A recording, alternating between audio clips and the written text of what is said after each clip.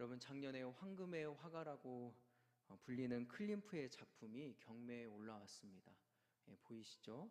근데 이 그림은 클림프 자신을 후원했던 부부의 딸인 엘리자베스를 그린 초상화인데, 그의 작품에서 전신을 다 그린 작품은 두 가지인데 이것을 포함해서 딱 두 가지라고 합니다. 그래가지고 치열한 경매의 그런 경쟁이 붙었는데, 얼마에 이 그림이 낙찰이 됐을까요? 얼마에 낙찰이 됐냐면 3,460원이 아니라 3,460억에 팔렸다고 합니다. 어마어마하죠. 그런데 여러분, 이런 상상을 좀 한번 해볼까요? 제가 이 그림을 보고 뭔가 좀 부족하다고 느껴서 펜을 들어서, 붓을 들어서 이 그림을 막 덧칠한다고 생각을 해보세요. 코가 좀 높았으면 좋겠고 눈이 좀 컸으면 좋겠다고 막 덧칠을 하면 여러분 어떻게 될까요? 네. 이렇게 크게 대답해 주실 줄 몰랐는데 그림이 엉망이 되겠죠, 여러분. 네. 이미 완벽한 그림에 뭔가 부족하다고 해서 손을 대버리면 이 완벽한 그림이 엉망이 되어 버리는 것이죠. 여러분, 우리 주님으로부터 얻은 구원도 이와 마찬가지라는 거예요. 구원이라는 하나님의 완벽한 작품에 우리가 뭔가 부족하다고 해서 뭔가를 내가 좀 내 힘으로 해보려고 할 때, 그때 그렇게 되면 구원의 이 작품이 완전히 망가진다라는 것이죠. 그런데 유대주의자들이 그렇게 했어요. 이들이 말하기를 뭐라고 하냐면, 이 구원을 얻는데 예수님만으로는 부족하다라고 이야기를 하는 것이죠. 그래서 너희들은 할례도 받아야 되고 율법도 지켜야 되고 이것저것을 해야 된다. 그래야 온전한 구원에 이를 수 있다라고 이야기를 하는 거예요. 그리고 더 나아가서 뭐라고 하냐면, 자신들은 유대인의 어떤 혈통을 이어받았고 율법을 온전히 지키며 살기 때문에 이것을 자랑스럽게 여기면서 사람들에게 자기의 의로움을 자랑했다라는 것이죠. 그래서 바울이 그들을 행악자라고 신랄하게 비판하면서 뭐라고 하냐면, 그렇게 따지면 너희들보다 내가 자랑할 것이 많다라고 하면서 오늘 이야기를 시작하는 거예요. 바울은 여러분, 태어날 때부터 차원이 다른 사람이었습니다. 그는 태어나서 8일 만에 할례를 받았고 이스라엘 족속에 이방인의 피가 섞이지 않은 순수 유대인의 혈통을 이어받은 그러한 사람이었어요. 그리고 또한 심지어는 이스라엘 초대 왕이었던 사울의 지파에 속한 베냐민 지파의 사람이었고, 아람어를 말할 줄도 알고 쓸 줄도 아는 히브리인 중에 히브리인이었다는 것이죠. 그러니까 바울은 혈통이나 문화나 신앙이나 모든 면에서 가장 이상적인, 모든 면에서 가장 정통적인 유대인의 모습을 한 사람이었다라는 거예요. 그런데 이런 출생뿐만 아니라 그의 스펙도, 스스로 쌓은 스펙도 어마어마한 사람이었습니다. 그는 바리새인이었다라고 이야기하죠. 여러분, 당대 최고로 존경받는 분파가 바리새파였죠. 그리고 그는 당대 최고의 율법 교사였던 가말리엘에게 교육을 받았던 사람입니다. 이 말은 무슨 말이냐면, 바리새인 중에서도 율법 교사의 자격을 갖춘 바리새인이었다는 거예요. 그렇기 때문에 사도행전의 모습을 보면 바울이 회당에 들어가서 가르치는 장면을 우리가 어렵지 않게 찾아볼 수 있죠. 또 오늘 성경에서 뭐라고 이야기하냐면, 나는 율법에 기록된 것을 낱낱이 다 지킨 사람이기 때문에 율법의 의로는 흠이 없는 사람이다 라고 이야기를 해요. 아마 유대주의자들 중에서 바울보다 내세울 것이 많은 사람은 없었을 거예요. 그러니까 바울은 지금 자신의 자랑거리를 쭉 나열하면서 그들의 자랑이 얼마나 우습고 얼마나 가소로운지를 깨우쳐주고 있는 것이죠. 근데 제가 말씀을 묵상하면서 제 마음을 사로잡는 한 단어가 있었어요. 그건 뭐냐면 7절에 그러나라는 단어예요. 여러분, 만약에 바울이 자기의 자랑만 하다가 오늘 말씀이 끝났으면 우리는 이 말씀을 나눌 필요가 없어요. 그런데 바울은 이러한 육체적인 자랑을 자랑으로만 끝내지 않고 자신의 신앙의 고백으로 이어간다라는 거예요. 말씀을 보면, 그러나 무엇이든지 내게 유익하던 것을 내가 그리스도를 위하여 다 해로 여길 뿐더러 그 외 세상 모든 것을 배설물로 여긴다라고 이야기를 하죠. 앞에서 이야기했던 육체적 자랑거리들, 혈통이나 전통이나 신앙이나 이런 것들을 다 바울에게는 유익이 되는 것들이었어요. 그런데 예수님을 만난 이후부터는 그것들이 오히려 손해다라고 고백하는 것이죠. 여러분, 이것을 한번 좀 생각해 봤으면 좋겠어요. 내가 명문 가정에 태어나서 많은 것을 배우고 또 많은 것을 가지고 있고 좋은 자리에 있는 것이 여러분 손해입니까? 손해가 아닙니까? 결코 손해가 아니죠. 제 아내의 지인 중에 제법 잘 이렇게 좀 괜찮게 사는 친구가 있어요. 근데 그 친구 어느 날 제 아내에게 이렇게 이야기를 하더래요. 우리 집이 괜찮게 살긴 사는데 그렇게 막 잘 살고 그러는 것 같진 않아 라고 이야기를 하더래요. 제가 그 이야기를 듣고 너무 화가 나서 제 아내한테 이렇게 이야기했어요. 여보, 그 친구랑 친하게 지내. 친해져서 손해볼 게 없어. 여보라도 그런 친구가 있어서 다행이다. 나는 오늘만 사는 목사들밖에 없는데 주변에 친하게 지내라고 이야기를 했어요. 여러분 손해볼 게 없잖아요. 그죠? 아마 유대주의자들은 바울의 말을 듣고 얘가 지금 배부른 소리를 한다라고 생각을 했을 거예요. 그런데 여러분 바울은 왜 이것이 다 손해라고 이야기를 했을까요? 왜냐하면 이런 육체적 자랑들이 예수 그리스도를 더 깊이 만나고 그분을 따라가고 영원한 생명을 얻는데 오히려 장애물이 되기 때문입니다. 여러분 우리는 이를 잘 보여주는 성경 이야기를 알고 있죠. 어떤 사람이 예수님께 찾아와서 예수님께 이렇게 물어요. 내가 영생을 얻으려면 어떻게 해야 합니까? 나는 여러 계명들을 이미 잘 지키고 있습니다. 그러자 예수님께서 너에게 한 가지 부족한 것이 있다라고 이야기하죠. 그러면서 말씀하시기를 너가 가지고 있는 것을 다 팔아서 가난한 사람에게 주고 나를 따르라라고 이야기합니다. 그러자 이 사람이 성경에 보면 슬픈 기색을 띠고 근심하며 떠나갔다라고 이야기를 해요. 슬픈 기색을 띠고 근심하며 돌아갔다. 성경은 그 이유를 이 사람이 많은 재물을 가지고 있었기 때문이다라고 이야기해요. 여러분 그 사람은 부자였고 그리고 권력이 있었고 젊은 사람이었어요. 모든 것을 다 가지고 있었죠. 하지만 그것이 바로 예수님을 따라가는데 걸림돌이 되고 만 거예요. 물론 모든 부자들이 다 그런 것은 아니에요. 하지만 분명한 것은 무엇이냐면 육체적인 것을 신뢰하고 그것을 최고로 여기면 여길수록 주님과의 거리는 멀어진다라는 것이죠. 나의 삶과 주님과의 거리는 멀어질 수밖에 없다라는 거예요. 그래서 여러분 바울은 주님을 알고 주님 안에서 주님을 얻고 주님 안에서 발견되는 것을 원하는 사람이기 때문에 바울에게는 이 자랑들이 오히려 손해일 수밖에 없다라는 것이죠. 그렇기 때문에 바울은 나에게 이제 이것들이 다 손해다라고 이야기를 하는 거예요. 그렇다면 여러분들은 어떤가요?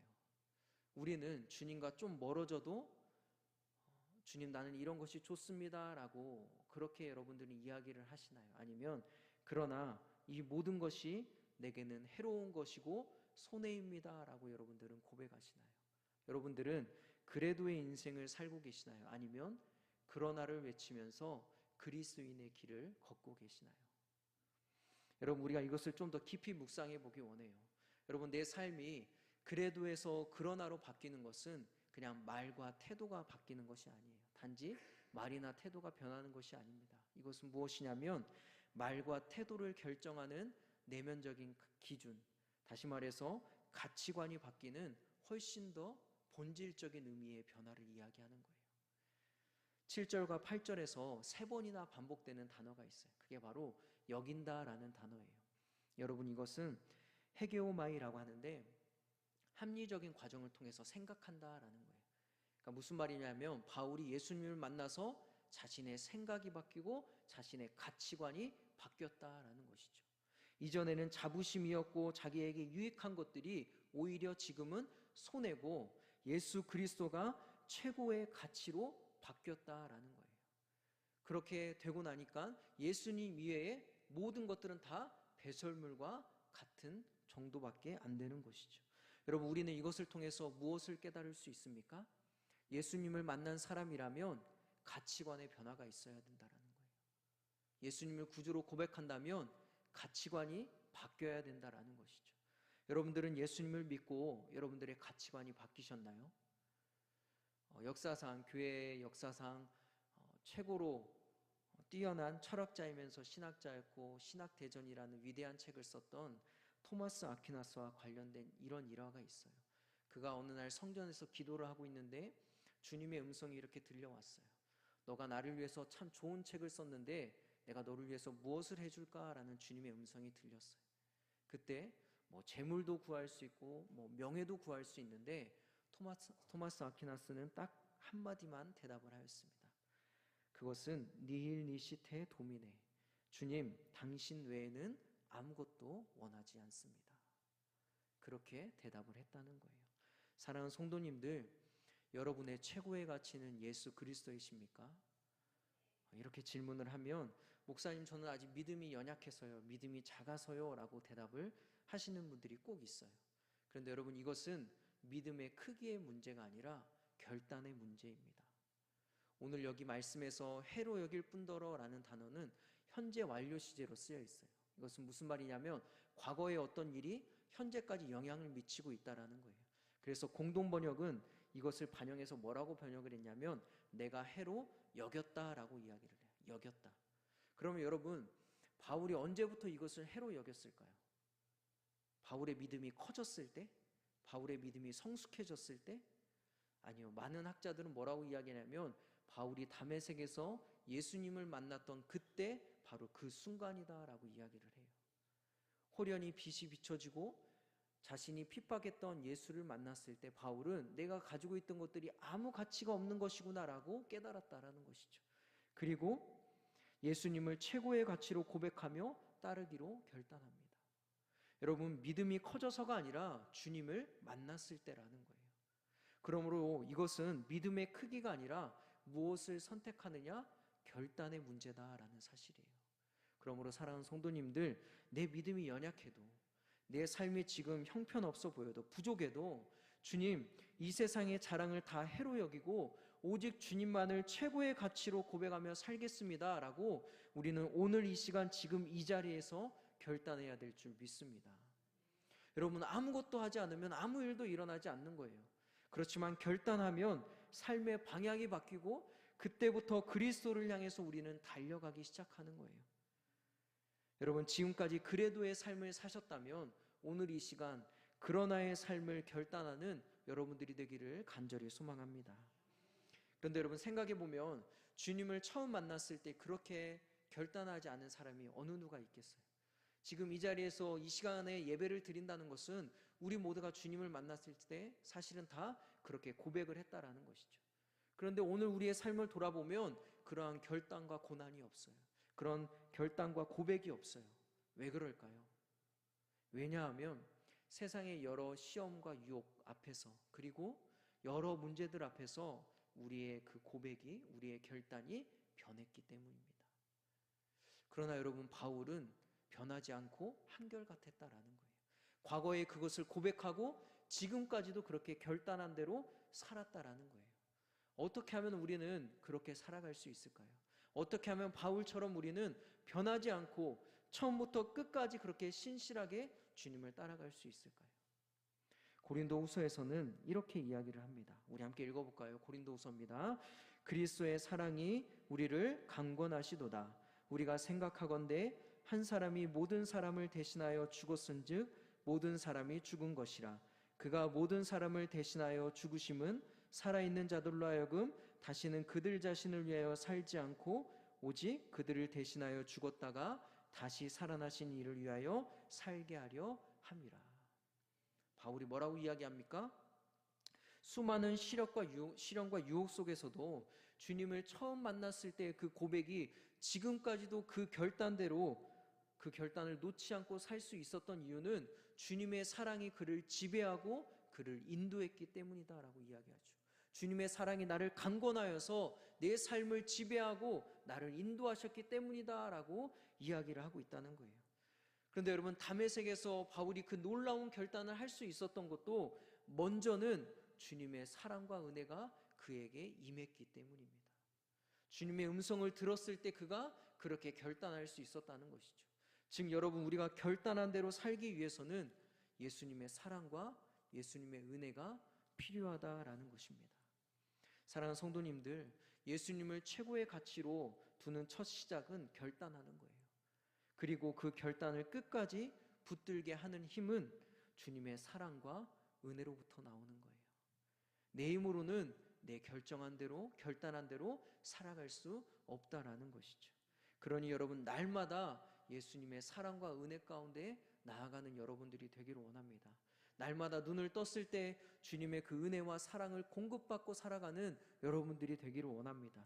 그래서 그 안에서 매일매일 새롭게 결단하며 내 결단을 매일매일 갱신하며 그렇게 결단한 대로 살아가는 저와 여러분들이 되기를 간절히 기도합니다. 여러분, 그렇다면 가치관이 변한다는 것이 무엇일까요? 내가 예수님을 최고의 가치로 여기며 산다는 것은 과연 어떤 삶일까요? 그것은 내 삶의 목적이 바뀌는 거예요. 이전에는 앞에서 이야기했던 육체적인 자랑들이 내 삶의 목적이었고 그것을 얻기 위해 살았다면 이제는 예수 그리스도, 그분이 내 삶의 목적이 되는 것이죠. 그래서 오늘 바울은 뭐라고 이야기합니까? 바울의 말처럼 그리스도를 아는 지식이 가장 고상하기에 그분을 얻고 그분 안에서 발견되는 삶을 살아가는 거예요. 그런데 여러분, 그리스도를 알고 얻고 그 안에서 발견된다는 게 굉장히 추상적이고 복잡한 이야기 같지만 한마디로 이야기하면 예수 그리스도를 최고의 가치로 여긴다는 것은 결국 그분을 더 깊이 아는 삶으로 나아가는 그러한 삶이 바로 예수님을 최고의 가치로 여기는 삶이다라는 것이죠. 예수님을 더 깊이 알아가는 삶. 그렇다면 여러분, 주님을 안다는 것이 무엇일까요?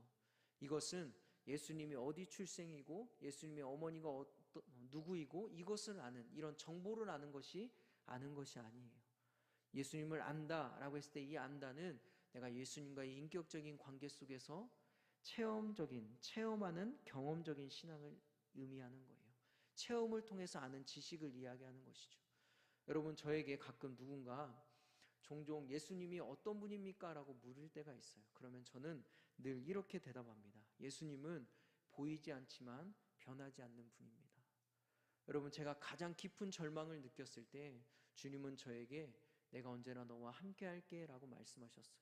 제가 그때 깨달았어요. 사람은 눈에 보이니까 이 사람이 신뢰하게 되지만, 하지만 여러분, 우리는 사람이 어제의 적이 오늘의 동지가 되고 그렇게 변하잖아요. 그런데 하나님은 보이지 않지만 하나님은 변하지 않는 분이시구나.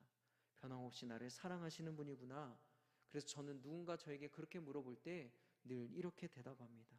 여러분, 이것이 예수님을 아는 거예요. 안다라고 이야기할 수 있는 거죠. 그러면 주님을 제대로 알기 위해서 우리는 그러므로 주님을 더 깊이 경험해야 된다라는 거예요. 주님을 더 깊이 경험하고 그 경험을 통해서 주님을 알아야 된다라는 것이죠. 그럼 우리는 무엇을 경험해야 될까요, 여러분? 예수님이 어떤 것을 경험해야 우리가 주님을 알게 될까요? 그것은 바로 부활의 능력과 십자가의 고난입니다. 여러분, 10절의 말씀을 보면 중요한 단어인데 잘 번역이 되지 않은 그런 단어가 있어요. 헬라어 카이라고 하는데 이것은 즉이라고 이야기해요. 즉. 그래서 한번 이것을 정확하게 번역하면 이런 말인데 함께 읽어보겠습니다. 10절입니다. 내가 바라는 것은 그리스도를 아는 것입니다. 즉 그것은 깨닫고 고난에 동참하여 그리스도의 죽음을 본받는 것입니다. 다시 말해서 부활의 능력을 경험하고 십자가의 고난에 동참했을 때 비로소 주님을 더욱 깊이 알게 된다는 것이죠. 왜냐하면 예수님의 삶은 십자가 고난과 부활을 빼놓고는 결코 설명될 수 없기 때문입니다. 그렇기 때문에 우리가 십자가의 그 부활의 능력과 고난을 경험했을 때 우리가 예수님을 안다라고 이야기할 수 있는 것이죠. 바울이 다메섹에서 만났던 예수님은 부활하신 예수님이에요. 그래서 바울이 예수님을 더 깊이 알기 위해서 주님께 나타난 이 부활의 능력을 바울도 지금 살아가면서 경험하기를 원하는 거예요. 그 부활의 능력이 내 삶에도 경험되기를 소망하고 있는 것이죠. 그럼 여러분, 부활이 무엇입니까? 부활은 죽은 몸이 그냥 일어나는 것에서만 머무는 것이 아니에요.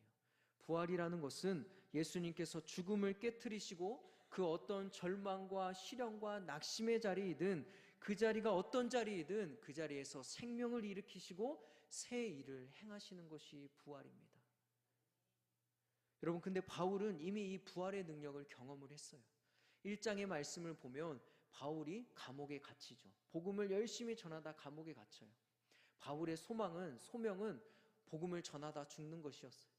그런데 지금 감옥에 갇혀서 복음을 전하지 못하니까 그는 지금 큰 상실감에 빠져 있습니다. 그런데 놀라운 일이 벌어지죠. 감옥에 갇힌 그 일이 도리어 복음의 전파의 진전을 이룬 거예요. 무슨 말이냐면 감옥에 갇혀야만 만날 수 있는 사람을 만나서 복음을 전하게 되는 거예요. 그리고 밖에 있는 사람들은 바울을 보고 그 바울의 모습을 보면서 도리어 더 담대하게 바깥에 있는 사람들이 복음을 전하기 시작하는 거예요.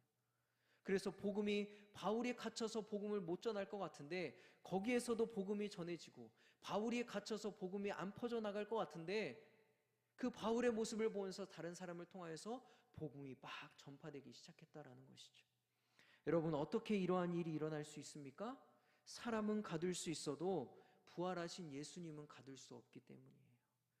환경은 바울을 묶어둘 수 있지만 복음은 묶어둘 수 없기 때문이죠. 오히려 그 매임 속에서 생명의 복음이 더 강하고 넓게 퍼져갔습니다. 복음의 진전이라는 말은 무슨 말이냐면 앞을 가로막고 있는 빽빽한 나무들을 베고 쳐내면서 앞으로 전진한다라는 뜻이에요. 여러분, 이것이 부활의 능력인 것이죠. 바울은 그 자리에서 깨달았을 거예요. 아, 주님은 살아계시는구나. 그 어떤 환경도 다시 사신 주님을 막을 수 없구나. 바울은 감옥에서 부활의 능력을 보았고 예수님을 더 깊이, 새로운 예수님을 알게 됐을 거예요. 그래서 바울은 빌립보 교인들에게 이렇게 이야기하죠. 너희들이 알기를 원한다. 무엇을 알기를 원한다라고 이야기하는 겁니까? 내 매임을 도리어 복음 전파의 진전으로 바꾸신 살아계신 살아나신 예수님을 이라고 지금 바울이 이야기하는 거예요.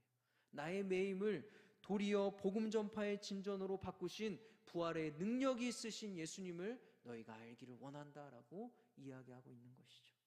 사랑하는 성도님들, 시련을 도리어 은혜로 바꾸시는 예수님의 부활의 능력을 내 삶에서 경험했을 때 우리는 예수님을 더 깊이 알게 되고 또 다른 예수님을 만나게 될 줄 믿습니다. 혹시 지금 거대한 벽을 만나서 주저앉아 눈물만 흘리고 계신 성도님이 계십니까? 다시 주님을 바라보기를 원합니다.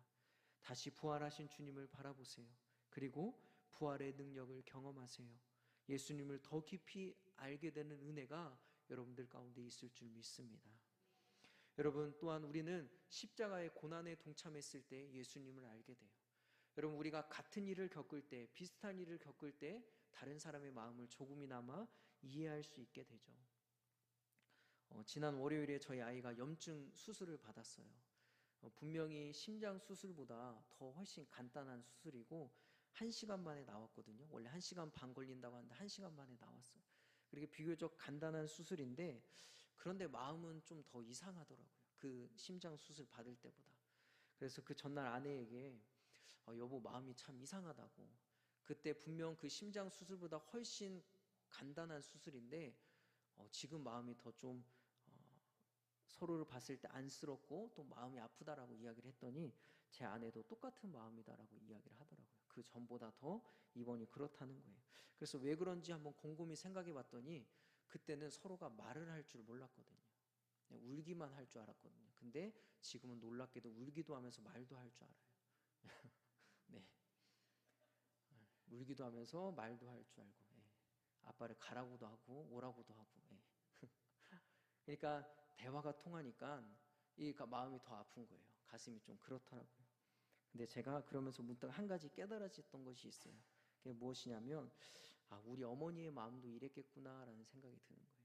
그 심장 수술보다 더 간단한 수술이고 그때는 그렇게 안 느꼈는데 지금 어머니의 마음이 그때도 이랬겠구나라는 생각이 드는 거죠. 제가 아파서 생사의 기로에 있을 때 어머니의 마음이 이런 마음이셨겠구나라는 생각이 드는 거예요. 그때는 몰랐는데 겪어보니까 조금이나마 어머니의 마음을 알겠더라고요.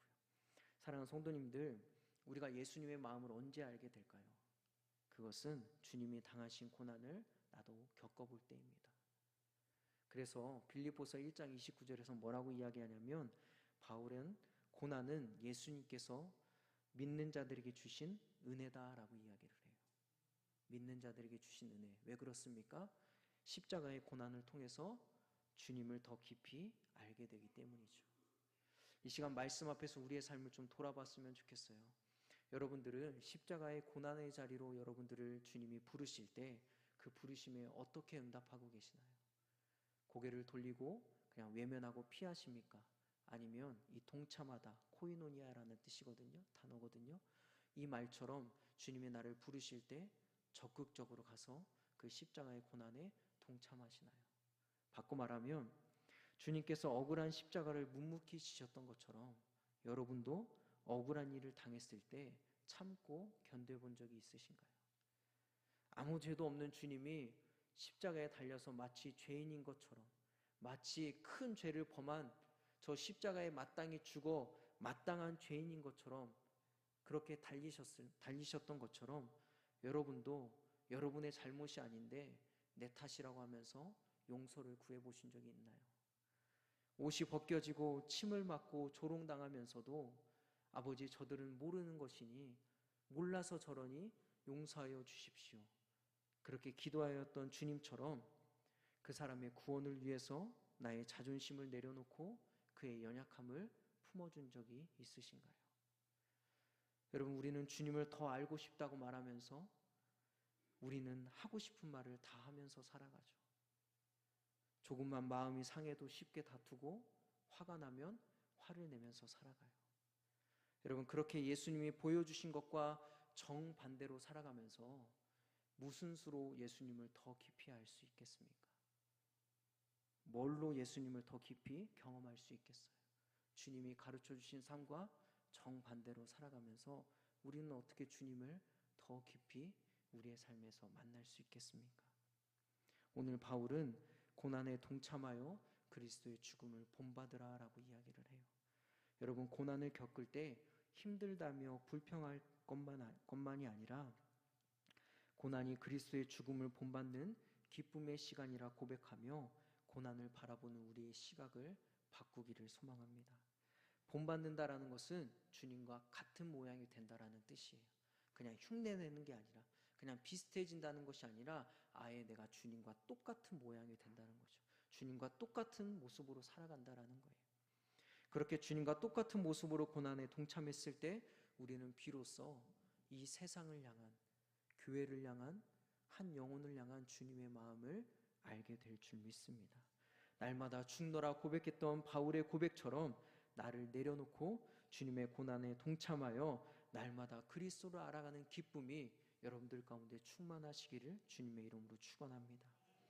사랑하는 성도님들, 바울은 예수님을 최고의 가치로 여기면서 그분을 더 깊이 알고자 이야기를 해요. 알고자 한다라고 이야기해요. 그런데 그 이유가 있습니다. 그렇게 하는 이유가, 그게 무엇이냐면 9절의 고백처럼 오직 예수님만이 우리를 의롭게 하시고 우리를 온전한 구원에 이르게 하시기 때문입니다.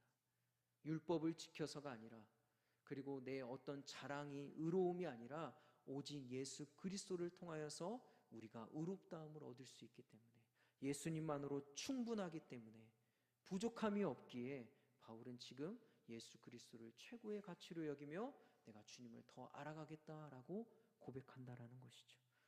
사랑하는 성도님들, 거짓 교사들, 믿음이 없는 세상 사람들은 예수님만으로는 충분하지 않다라고 이야기를 해요. 부족하다라고 이야기를 하죠. 그래서 우리에게 여러 가지를 이야기한다라는 거예요. 다른 것들을 이야기한다라는 거예요. 그러나 여러분, 주님 한 분만으로 충분한 줄 믿습니다. 다른 것들은 비할 바가 못 되는 것이죠. 최고의 가치는 예수 그리스도다라는 것입니다. 그러므로 주님을 더 깊이 알기를 힘쓰세요. 부활의 능력을 경험하고 십자가의 고난에 동참하여 최고의 가치이신 예수님을 경험하고 풍성하게 누리는 복된 삶이 되시기를 주님의 이름으로 축원합니다.